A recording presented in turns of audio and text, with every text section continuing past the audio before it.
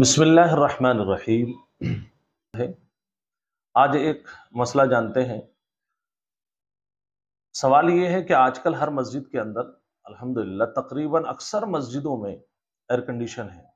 مطلب اے سیاں لگی ہوئی ہیں۔ اب جب جس مسجد میں اے سی لگتی ہے تو اے سی کا تقاضا یہ ہوتا ہے کہ دروازے بند کر دیے جائیں۔ کچھ مسجدوں کے اندر شیشوں کے دروازے لگا دیے جاتے ہیں تاکہ باہر والے کو امام صاحب یا دیگر مقتدی نظر آئیں، اور بعض جگہ پر اتنا زیادہ اہتمام نہیں ہوتا ہے اور وہاں پر لکڑی کے دروازے ہوتے ہیں۔ تو اب سوال یہ ہے کہ جن مسجدوں میں اے سی لگی ہوئی ہے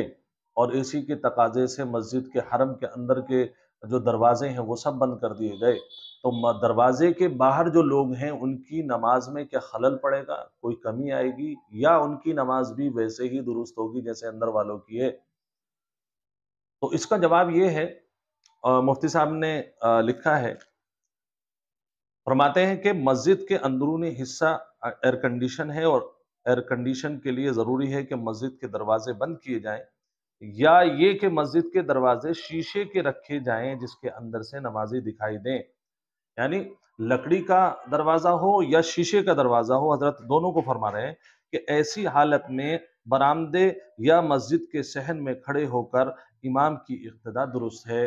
امام کی اقتداء درست ہے۔ جیسے اندر والے نمازی لوگ جماعت میں شریک ہیں، ویسے ہی باہر والے بھی نماز کے اندر شریک مانے جائیں گے، کوئی کسی قسم کی پریشانی نہیں ہے۔ بس ایک شرط ہے کہ امام کے انتقالات کا علم ہوتا رہے، یعنی امام صاحب جو اللہ اکبر کہہ رہے ہیں، سمیع اللہ لمن حمیدہ کہہ رہے ہیں، تو یہ جو تکبیرات انتقال ہے، جو منتقل ایک رکن سے دوسرے رکن میں جانے کے لیے جو تکبیرات کہی جاتی ہیں، اگر امام کی وہ تکبیرات آپ کے کانوں میں پہنچ رہی ہیں، چاہے وہ مائک کے ذریعے سے ہوں یا ڈائریکٹلی ہوں، تو آپ کی اقتداء دروازے کے باہر سے بھی درست ہو جائے گی۔ اور اگر ایسا ہو کہ مسجد کے دروازے تو بند کر لیے گئے اور تکبیرات انتقال آپ کے کانوں میں نہیں پہنچ رہی ہے، امام صاحب جو بول رہے ہیں وہ